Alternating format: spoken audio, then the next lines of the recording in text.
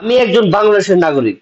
এখন আমি ছুটিতে যখন বাংলাদেশে যাব, তখন আমি বাংলাদেশে একদিন থাকবো নাকি দুদিন থাকবো নাকি এক বছর থাকবো, সেটা আমার ইচ্ছা, তাই না? আমার টাকার কেনার ফোন, কেন আমি বাংলাদেশে যেয়ে ২ মাস থাকতে পারবো, ২ মাস চালাতে পারবো, কেন ২ মাস চালাতে পারবো, সেটা আমার প্রশ্ন। আর কেন আমরা ৬৫% আমরা ব্যাট দিব আপনাদেরকে, কেন? টাকা কি মগের মুলুক পাইছেন নাকি আপনারা? হ্যাঁ, বাংলাদেশে যদি এসব উল্টা পুল্টা কিছু নিয়ম করেন আপনারা, আমরা রেমিটেন্স বন্ধ করে দিব।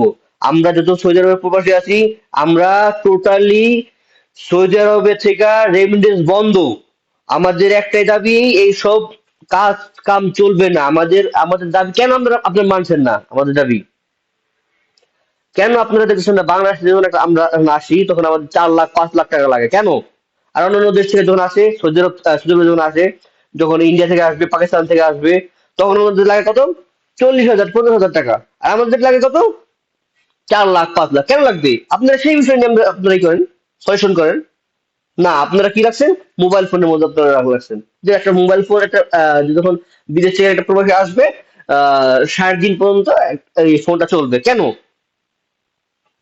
আসিফ নজরুলকে আমরা বলে দিচ্ছি, আমরা প্রবাসীরা যেমন আপনাকে যেমন মাথায় নিয়ে যখন নাচতে পারছি, তখন মনে করেন মাথা থেকে আছাড় দিয়ে আপনাকে আমরা ঠিক করতে পারবো।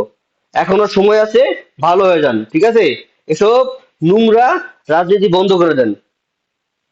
আর যারা তার ভিডিও দেখছেন, বেশি বেশি করে শেয়ার করে দেন। আর সৌদি আরবের সমস্ত আহ, বন্ধ, রেমিটেন্স বন্ধ,